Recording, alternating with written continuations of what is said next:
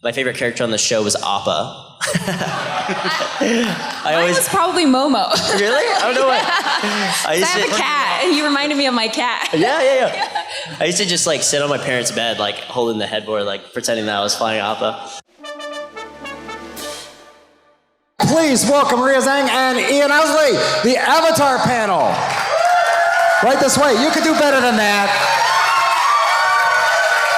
Head on down. There you go. A little bit more than that. There you go. So there's microphones right next to you. They should be already on. Awesome. Hello. We're good? Hi. Hello. Yes, sir. Great. So just some standard questions right off the bat before, just some general stuff. How did you both become involved in acting? That's just a very... Well, I grew up doing theater back home in Poland and China a little bit. I just always loved it. I would do plays every summer, and I ended up studying acting for university when I moved to LA, and somehow it all happened after that. I got a manager, and here we are. Yep. That's great. I grew up in College Station, Texas, which is like a very small town. It's like a university town. And I was doing martial arts, and from martial arts, I ended up having a talent scout find me and like want me to audition for classes and stuff. So I did class for like a year, moved to LA when I was 14 years old. I did my whole high school career there. Just did the thing. And then, we got one audition that ended up being this. Really? This is both your first audition? No. I was going to say, that would have been... Endless auditions. I was going to say. One audition that ended up becoming this show. Oh, yeah. Nice. Yeah. How familiar were you with the Avatar franchise before you got involved? Well, I actually didn't know about the show growing up because I didn't grow up here. Weirdly, I saw the movie in China. The movie was premiered in China, which we don't talk about. What movie? I don't know. What is he talking about? No, but when I got the audition, it was obviously like code names, but I figured, my reps figured out that it was Avatar, and that's when I started watching it, and I remember just like kept watching it, even though I wasn't sure if I was going to get the part because it was so good, and later I found out, and honestly I think it helped that I didn't know how big of a deal it was because I feel like I would have been a lot more nervous during my auditions and callbacks and chem reads with Ian. Later fan, I would say. Yeah, I mean, I grew up on the animated show. I grew up here. I grew up in Texas, so in the United States. So just grew up and loved watching the show. It's actually one of the shows that ended up getting me into martial arts, which is kind of full circle because martial arts has ended up how I got into acting. So I watched it growing up, and then I watched it again during COVID when Netflix had put the animated series on during the pandemic, and I just fell in love with it again. It was like, oh my God, wow, like this is so adult. This has so many themes and layers. And I remember hearing about like the casting for the show, like they were going to make a live action version of the show, and being like, wow, I wonder who they're going to get for that. That's really interesting. And like COVID. So now we're here. Yeah. What was the audition process like? I mean, was it...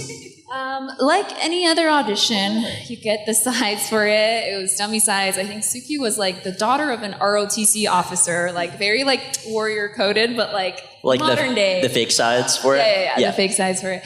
And so I sent a self-tape in, and then I had a callback with the team, like director, producer, everyone was there, and then the chemistry read with Ian, and after that was the call that I got it. So pretty fast for me. I feel like it's a little more elaborate for you. Yeah, it was pretty extensive for us. I mean, it was really interesting because our whole casting process was done through Zoom because of the pandemic, COVID, which is really odd. I mean, I've never had that happen before. So I mean, it was all fake sides. I was auditioning for the role of Sam, not Sokka. What, do you remember your name? I don't remember the name. Oh, man. Something with an S. Yeah. Because Gowan Dio's was Carrie. instead of Katara, obviously. So it's really interesting. But yeah, I was going through, it was the secret tunnel scene though. It was like a rewrite of the secret tunnel scene from the show. And it was like glowing snails on the walls and stuff. It was like a very action adventure-y type thing. But I had no idea that I was auditioning for Avatar the whole time. It was like, because they cast like the main four first, there ended up being like some leaks afterwards about like what the code name was. Like the industry like learned more about like what the code name for our show was Avatar. So I think you knew that it was Avatar. Knew it was Avatar. But yeah, we did not, or I didn't. And so it was really crazy when they gave us the call, like, oh wow. Would have changed anything, the way it made you more nervous knowing that you were going into something like this? Yeah, absolutely. Absolutely. I would have been freaking out. But especially because I know the show very well. I'm very glad that like Sam ended up, like the audition sides for Sam or Sokka got to be my original performance, you know? I wasn't trying to be a caricature of Sokka in a live person, which I think really helped with the creation of our show, because that ended up being the goal, was to keep the same spirit and soul of each one of our characters. But when you're making it into a live action show, you're bringing all of this real life stakes to it. You're watching a real person go through genocide, go through losing their mom and dad. So you're getting to bring human elements without losing like the spirit of what makes the show the show that fans love. So do you think that the previous success that the franchise had posed any issues to the way that you handled your characters? Was there much pressure on that being the way that was so successful? Such a great franchise. Definitely. I mean, absolutely. I mean, I was a fan of it. So the first reaction was like, oh my God, like I'm Sokka, this is awesome. And then I was like, oh my God, like I'm Sokka, what the heck? Like, how am I going to do that? But I think it added a lot more reverence to the process. So much, all of us really wanted to make the show as good as humanly possible because of a movie that doesn't exist beforehand, did not end up doing that. So we all, like, I mean, we took it really seriously. There was a lot of, I'm very proud of the product that we ended up with, but there was a lot of blood and sweat and tears and hard decisions and conversations that is what made the show what it is now, because of how amazing the animated series is. No, I agree. I feel like there was obviously pressure, but also because like we're already going into something with such a loving fandom that just loves these characters, loves the story, that it was also like a little sense of comfort. Like I felt like the team did such a wonderful job of creating Suki with the costumes or hair and makeup that I was like, okay, like we're good. Like they already love Suki. I think if I just don't mess it up, they should still like her. So it's like, yes, the pressure was obviously there, but it definitely helps that everyone was such a big fan of it before as well, and just wanted to recreate the series and bring on even more fans that maybe didn't know the show before, like me. Yeah. Great. If you could hold the microphones a little closer, yes, that would be awesome. Okay, so it was not renewed for 2 seasons, but for 3, which is pretty unusual. It got a double whammy. What do you think made it so unbelievably successful? Sorry? Question? What do you think made the show so successful? I mean, being renewed for 2 and 3 seasons. Yeah. What elements do you think caused it to be such a big show? Well, I feel like hopefully we did it justice, and that's why people liked it. I mean, visually too, just everything that they tried to match as much as possible to the original. Every element that was so lovable with the original. Hopefully that's what made it so huge, and I think it's been such a long time coming of people just anticipating and wanting to see these characters come to life. Yeah, it's been so wonderful, just all the love from all the fans, the OG fans, the new fans. Yeah. There you go. Yeah, I think like a big reason that our show, like we set out with the goal of kind of what I touched on earlier, which is like having the spirit of the animated show and creating something new inside of that, and adding that new layer of it being human and real. And obviously the support from the people that love the animated show was huge, but also introducing it to so many other people that may have not seen the animated show like growing up. I think a big part of that was the artistry that, the reverence that was created. Yeah. Like all of us were so passionate about performances, the visual effects on our show were done by Jabbar Rassani, who did the Game of Thrones dragon, and like he's an amazing artist. So everyone really just tried to go to the nines on making the show what it was, and we're just really happy that it was received enough so that we get to go back and do our fun little job of doing season 2 and 3. That's awesome. Yeah. So how many Comic-Cons have you done before, and what's it like to meet so many new fans? This is my first one. Yes. I've also... No, I'm loving it. I mean, it's so nice to like just meet people in person and hear about you guys' thoughts on the show, on Suki. And I've like never been to a Comic-Con before either, like any kind of convention, just growing up in China. So like, wow, like I didn't know how it was like. I've only seen like, I don't know, this is how they do it here. No, it's been wonderful. I'm loving it. We have a couple more lined up later on. So this is like kicking off the convention run, I guess. Nice. Yeah, that's awesome. This is my second one ever too. Nice. I just did Toronto, which was really fun. But yeah, it's really cool to meet the fans on like a personal level. And open up that space to like have conversations and ask questions and just be there and get to connect with people on being a fan together. It's like the payoff for all your hard work too. So it's really nice to connect. So we're going to get some questions from the audience. Now when we're done here, you're going to be going back to your tables to sign. We will. So keep that in mind. If you didn't have time to ask a question, or you'll say but please go back to their table and let's get some questions from the audience. We can hear you, but make sure everyone else can hear you. Thank you. Oh, wow. Hi. So you guys both have very different experiences watching the show, as you guys just said. Whenever you first watched the animated show, who were like your favorite characters, and did that change whenever you got to watch your version? Like, was there, I don't know, just interpretations that you liked differently? That's a great question. Thank you. When I was a kid, my favorite character on the show was Appa. Mine was probably Momo. Really? I don't know what. I have a cat, and you reminded me of my cat. Yeah. I used to just like sit on my parents' bed, like holding the headboard, like pretending that I was flying Appa. And that's a really good question because our show, I felt like the animated series Zhao was like a very like pointed character, but in our show, Ken Leung plays Zhao, and he's so incredible as an actor. Like he was one of the like showstoppers for me on our show. I was a big fan of him. Yeah. Dang, I feel like Zhao also really popped for me because in the animated, I feel like I wasn't like, I love him. Like, he was a bad guy, and I feel like he brought so many layers to it that made him like so terrible. But also on set, like that scene in the Kyoshi Island, like I was scared of him, like to talk to him afterwards too. I was just like, wow, you are terrifying in a very good way. He's doing his job very well. But I thought, well, Ian does a good job. Wouldn't we agree?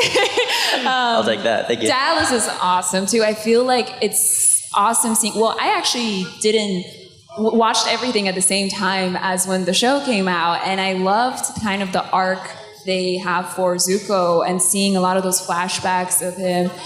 Oh my gosh, my heart, like episode with the mask, it's called Mask 6. Yeah. It was awesome. Yeah, so he's killing it. Thank you. Next question, right down the middle. Yeah, hi. Is there any episodes or specific scenes for the next books you'd like to really see included? Specific scenes. I'm excited for Boiling Rock stuff. I feel like the fight stuff is going to be amazing. Or the coming Azula, the whole trio fight with Suki. I feel like that would be sick. And saving Appa. Appa's Lost Days. Maybe I'm hoping for that be its own episode. Yeah. That would be funny. Yeah, I'm really, really, really excited for my space sword if I get it. Very excited for that. That's my number one. So yeah. Another question. Am I allowed to stand up or no? Yeah, go ahead. First of all, hello, nice to meet you. Nice and close. Talk nice and close. Oh, yeah, sorry. So my question, you might have already answered it before, but still, what was your experience kind of being able to get into the characters' costumes and makeup and like character and everything, and how did you feel portraying those characters with the other actors and all that stuff? Yeah. I mean, the costumes were such a big part of our show in making us really feel and honestly like making ourselves believe in all of the prep work that we had done for our characters beforehand. I would say for me, when I got the wolf tail though, that was really the moment where I was like, oh wow, like this is happening. And having the wolf tail with all of the warrior armor on first was really like, oh wow, like they created Sokka and that's who I am playing right now. It's crazy. No, I agree. I feel like costume-wise, like the physicality of what it is to be like a warrior, like it was so helpful just having so many details with the costume. Like it was like 5 different garments and like a leather thing and like the weight of it, like all of that added to it. But I feel like stunt training is where I really feel like I honed in on like what it was like for her to, like be training at a really young age. And I've had some martial arts background with like jiu-jitsu and boxing and stuff, but I feel like doing the actual sequences and then how to use the fans, like it really like built Suki for me. And then, the other scenes were added on. What about the Kyoshi warrior makeup? Oh, yes, the makeup. I mean, I was in that chair like 2-3 hours every morning, and it was like my transformation time. They did all the job, I think, just having such a fierce look that would terrify her enemies with. Like, yeah, that was really helpful. I think that all added to creating her kind of, yeah. Question down front. Yes. First off, welcome to Pittsburgh. Thank you so much. Yes. Congratulations on this being your first convention. That's awesome. And your second one. So thank you for being here.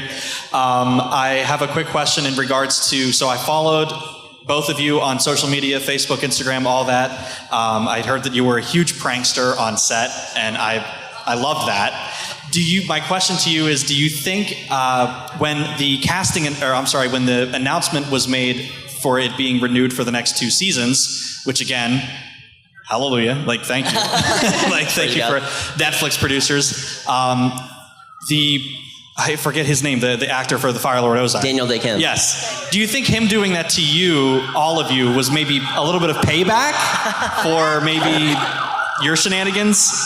Sure, yeah. I mean, I'll tell you a little, I'll keep you in on a little secret about that call. So they brought us into the call and they were like, hey, by the way, we have something to talk to you guys about press with you, Dallas, Gordon, Gowandio, Daniel Day-Kim, and Paul. And I was like, the show had been out for like 3 weeks at that point.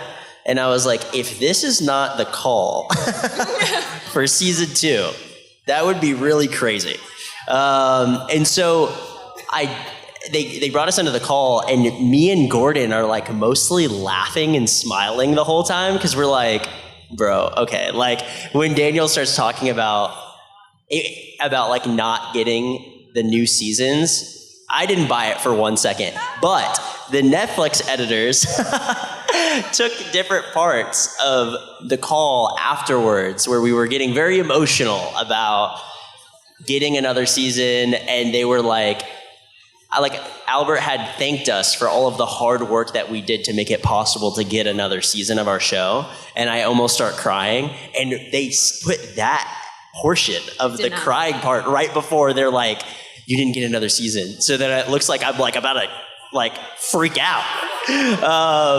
So I didn't buy it for 1 second because I am a prankster. I pretty much knew what was going on. But I'm very thankful that I appreciate the effort real knows real on the prankster side. So I was glad they did it that way. Yeah. Yeah, of course. Okay, and another question down front. Can you hear me? Okay. Someone actually stole my question. It was a great question. But I just kind of want both of your feelings on this show has been such an impact on so many people. I mean, I got the chance to talk to you guys to say how much it's meant to me. And just how does it feel like meeting everybody and seeing the impact it's had on everybody, including you guys too? Like, what's it feel like to be part of something that's been such a huge part of everybody growing up and impacted so many lives? No, I mean, it's been awesome. And I feel like to hold so much like pressure, but also responsibility with coming to bringing these characters to life who have meant so much to so many people is really, really cool. And you feel really proud of like when they like the validation that people are giving you with like, okay, Suki was my favorite and you did a best job with it. And I think it's been just so awesome, like seeing fans all over the world too, like messaging me from Poland and China, just like how much these characters mean to them and how special it is to see it come to life, and how I think Suki specifically, she's just such a badass, and I just love how like girls around the world can be like, yeah, I can be a badass fighting warrior, but also a sweet, vulnerable girl at the same time. And I think that's been a part that's really rewarding, I think, as an actor. I mean, you just want to inspire people with the work that you do, and I feel like we've done something a little special here, and it's just really sweet, and yeah. Yeah, I mean, it's like, what the heck, this is crazy. Yeah, I mean, all you can do is like praise God, like thank you for being a part of a show that, they built so much groundwork for us as the animated show, and to have creatives and people with the same vision and mindset to be creative and try to create off of that animated show. Just really thankful to be a part of something that has so much history before us, and now be able to step into that world and be embraced by it, yeah. Great. Any more questions? One down front. With your characters, what is that one thing that you relate to the most in their characteristics? Good question. I would say for me, hello. Hello. Oh, we're back. Bang. Hey, we're just switching it up. I would say for me, probably Sokka hides a lot of his vulnerabilities with humor. And I think that in my normal everyday life, that's a thing that's very common with people, is hiding their vulnerabilities with humor. And sometimes you got to laugh through it to get to it emotionally. Yeah. There you go. For me, I feel like a big part of it, like what I wanted to bring to Suki, was that vulnerability and kind of connection she finds with Sokka. And I think like it goes back to her OG line of, I'm a warrior, but I'm a girl too. I think a lot of times women are, have to put up a tough looking face, and I think like emphasizing the fact that I relate to the fact that she's also like a young girl who's meeting a boy for the first time, and she feels this responsibility to take care of her people and protect her tribe, but at the same time she wants to venture out into the world and like go off on her own kind of experiences. And I think that's something that I felt like, growing up in China, like deciding whether I want to pursue acting and come here. And I think, that's the part of the conflict she's dealing with that I feel like I vibed with. And I think we have one final question right here. You're headed back to your table to sign, so please head over to their table. Let's take our last question. So this question, first part is for Ian. How do you feel being like the studly guy on the Avatar show? Because you got like several women, including your lovely co-star, coming after you, plus you were hitting on a Fire Nation girl. I mean, how does it feel being like that? How does it feel? And what would Suki say about his adventures after your, meeting? What a bombshell of a question, especially on this panel. I think that, I'm very grateful. I am an actor and love to act, and I'm not a writer on the show, so I'm having fun with my character. I think I wouldn't. Sokka's very smart. He's a smart guy. He's a smart engineer, but emotionally not the most available, I would say. So I hope that he finds some commitment and emotional availability in his future. With Suki. Good answer. Great answer. Thank you guys for coming out and doing this. Ian, Ousley, Mrs. Zhang. Thank you, guys. Avatar, give it up. Thank you. Hey there, this is Nolan North, and you are watching Fandom Spotlight. Good for you. Very proud of you. Now go watch more. Oh, and have fun and follow your fandom. I like that. I like it a lot.